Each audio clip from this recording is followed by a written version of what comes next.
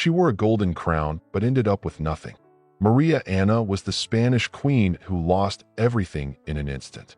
In the autumn of 1704, the former princess of Neuburg could barely afford a crust of bread. When she turned to her family for help, their response was curt.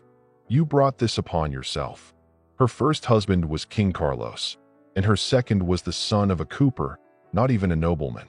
She had been warned. But this German princess from the Palatinate Neuburg line was always headstrong. Perhaps her parents were to blame. They had spoiled their little Marienthal endlessly. The pretty red-haired girl grew into a temperamental woman.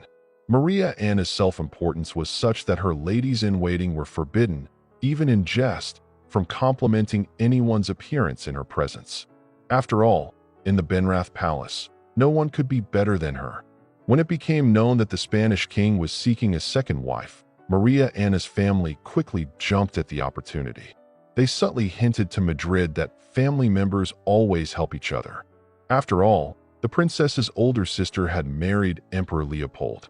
But the Spanish king's mother had other priorities. She was more concerned with the ability to continue the dynasty. With 22 siblings, Maria Anna was an ideal choice. A marriage contract was signed, followed by a proxy wedding, since the bride and groom were separated by quite a distance, and then the princess set off south. However, the journey took longer than expected. She arrived in Valladolid, where the festivities were to take place, only 2 years later. Of course, she knew that King Carlos II was not exactly handsome, but it was worse than she imagined. Her husband repulsed her, and he was not fond of her either. Carlos had loved his first wife, and that feeling had not faded with time. So, the newlyweds retreated to separate chambers, and that became their routine. The Queen Mother was furious. She hadn't arranged this marriage for nothing. But the bride refused to approach her husband, and he made no effort to reach out to her. The headstrong Maria Anna was unwilling to yield, and when pressured, she could be quite rude. "I can't stand you. I despise you," she told her mother-in-law, showing no attempt to hide her disdain. She could have played the role of the unhappy and abandoned queen, but she didn't even do that. Instead, she quarreled with courtiers and servants, and gradually, her difficult temperament became a topic of open discussion.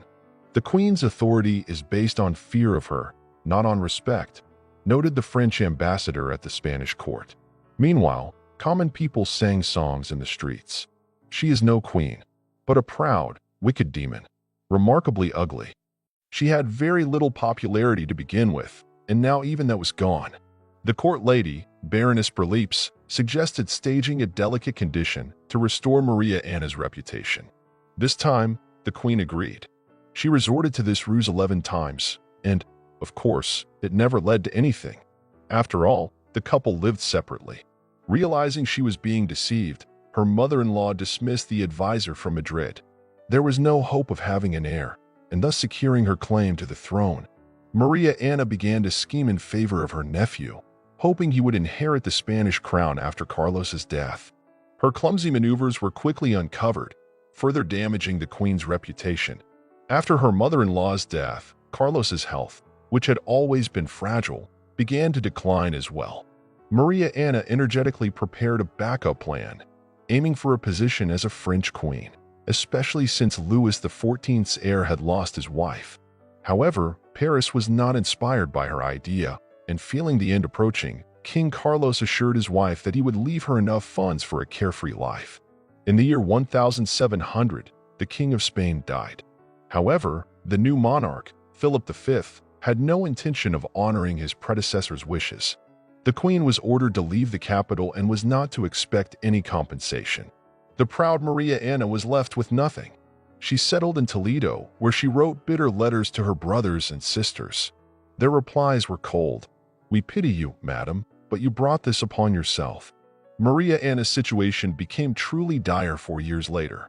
In a letter to her mother, the former Queen of Spain stated that she could barely afford food. Help came from the very nephew she had hoped would become king. He seized Toledo, and Maria Anna celebrated this event with enthusiasm. But the King of Spain soon reclaimed the city and reminded the exiled queen of her inappropriate joy. She was then sent to Bayonne. In that city, the former Queen of Spain lived for over 30 years. It was there that Maria Anna met Jean de l'Artigue, the son of a cooper, the term used for those who make barrels. However, the de prefix was dubious. Jean was unlikely to be of noble birth. Only at the end of her life was Maria Anna allowed to reside in one of Madrid's palaces, where she passed away in 1740. Historians know little about her children with her second husband,